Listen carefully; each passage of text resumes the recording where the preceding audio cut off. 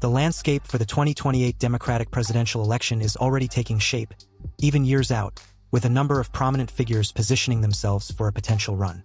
While no one has officially declared their candidacy, the invisible primary is well underway, characterized by increased national travel, policy pronouncements, and strategic media appearances. Among the names frequently circulated are Gavin Newsom, the current governor of California, who is widely considered a strong prospective candidate.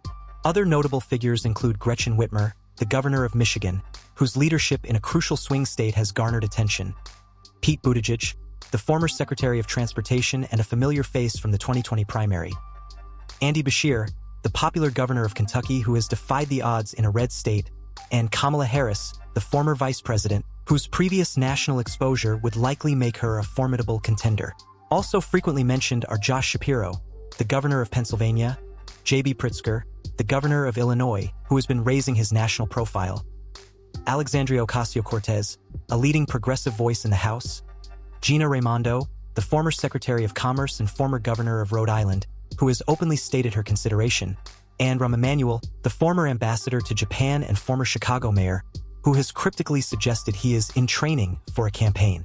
Gavin Newsom stands out as a particularly active and high-profile potential candidate for the 2028 Democratic nomination, and there are several compelling reasons why he might choose to run.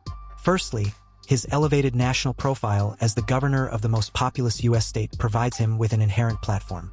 Newsom has not shied away from using this platform to engage in national political discourse, often directly challenging conservative leaders and advocating for progressive policies on a broader stage. This proactive approach helps him build name recognition and a national following. Secondly, Newsom boasts a robust progressive policy record from his time as mayor of San Francisco and especially as governor of California. He has been a trailblazer on issues like same-sex marriage, cannabis legalization, robust gun control measures, and expanding healthcare access. This track record aligns well with the priorities of the Democratic base and could energize primary voters.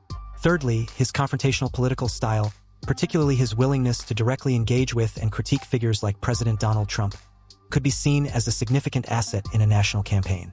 In an era of heightened political polarization, Newsom's assertive approach might resonate with voters looking for a strong counterpoint to conservative narratives. Moreover, the timing is opportune for Newsom due to California's term limits. He is set to conclude his governorship in January 2027, which perfectly positions him to focus entirely on a 2028 presidential campaign without the distractions of a gubernatorial re-election bid. Fifth, Newsom appears to be strategically attempting to broaden his appeal beyond the traditional progressive wing of the Democratic Party.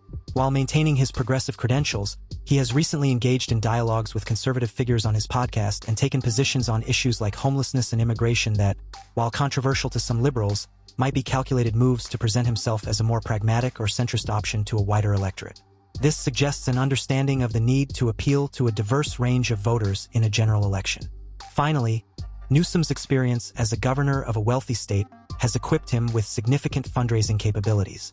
Building a competitive presidential campaign requires substantial financial resources, and Newsom has demonstrated an ability to raise the necessary funds, a critical factor for any serious contender.